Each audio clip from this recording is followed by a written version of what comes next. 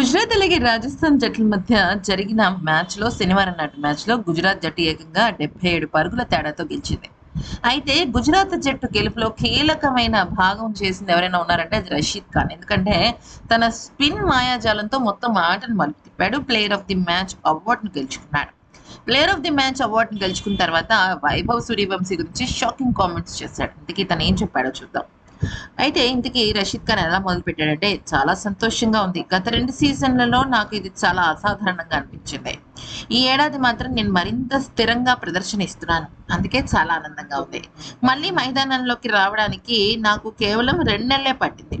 ఆఫ్ఘనిస్తాన్ మ్యాచ్‌ల కోసం తిరిగి రావాల్సి వచ్చింది. ఆ సమయంలో నా రిథమ్ కొంత మిస్ అయింది. అయితే ది 100 టోర్నమెంట్‌లో మంచి ప్రదర్శన చేశాను. ఈ మ్యాచ్‌లో సరైన ఏరియాల్లో బౌలింగ్ చేయడం పైన దృష్టి పెట్టాను. అదే ముఖ్యమైన విషయం. సరైన లెంగ్త్‌లో బంతులు వేస్తే వికెట్లు వస్తాయని నాకు నమ్మకం ఉంది. జట్టులో అనుభవజ్ఞమైన ఆటగాళ్లు ఉన్నారు. కానీ వైభవ్ సూర్యవంశీ విషయంలో మాత్రం మాకు చాలా అంటే చాలా చర్చలు జరుగుతాయి. ఎందుకనంటే అతను ఒక అద్భుతమైన ఆటగాడు.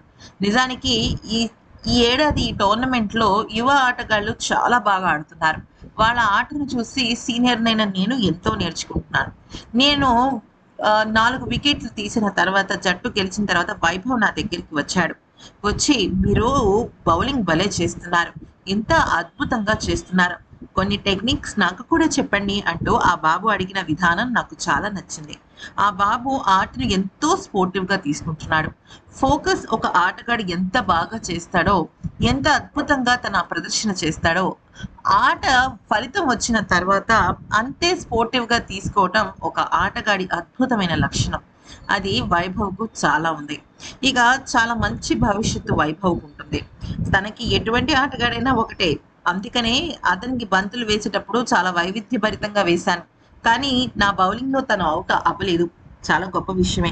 ఆధునిక క్రికెట్‌లో ఇప్పుడు చాలా వేరియేషన్స్ కావాల్సి వస్తోంది. ఇక కొత్త నైపుణ్యాన్ని నేర్చుకోకపోతే మనం ఎక్కడికో వెళ్ళిపోతూ ఉంటాం. భారత్‌లో చాలా మంచి క్రికెట్ ఆడతారు. ఇక అందుకనే మాకు ఐపీఎల్ అనేది ఒక పెద్ద సవాల్‌గా మారుతుంది అంటూ చెప్పుకొచ్చాడు.